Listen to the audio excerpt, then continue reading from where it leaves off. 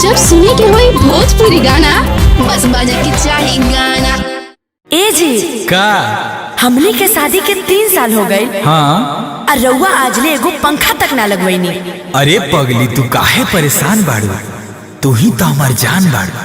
पंखा का तहरा खातिर तो कुछ लगा दे। ओके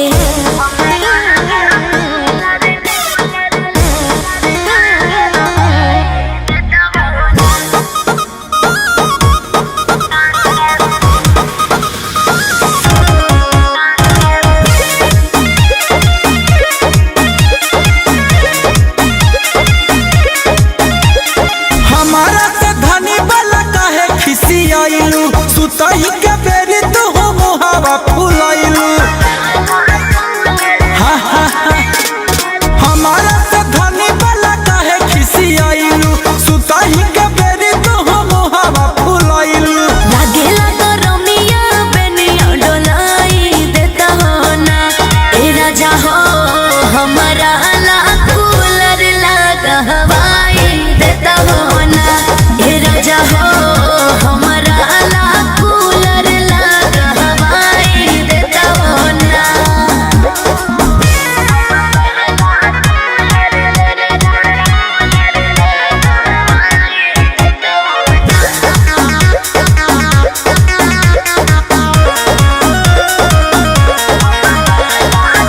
जहिया से आईने घर में गरमी से मुआ तानी।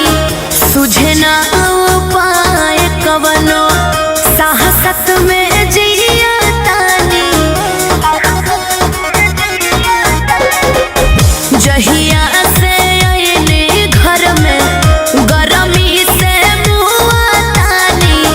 सुझे ना उपाय कवनो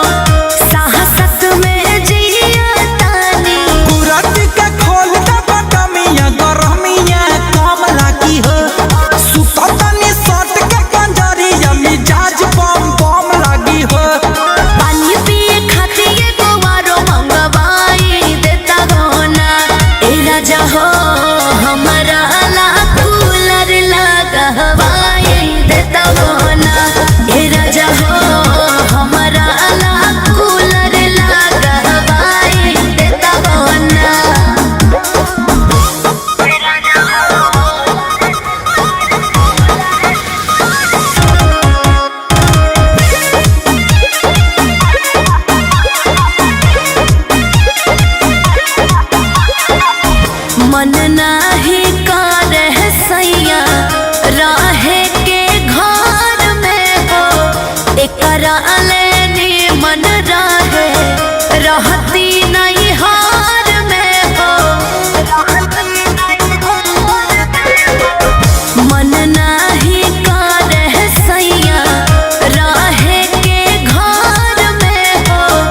एकरा लेनी मन रहे रहती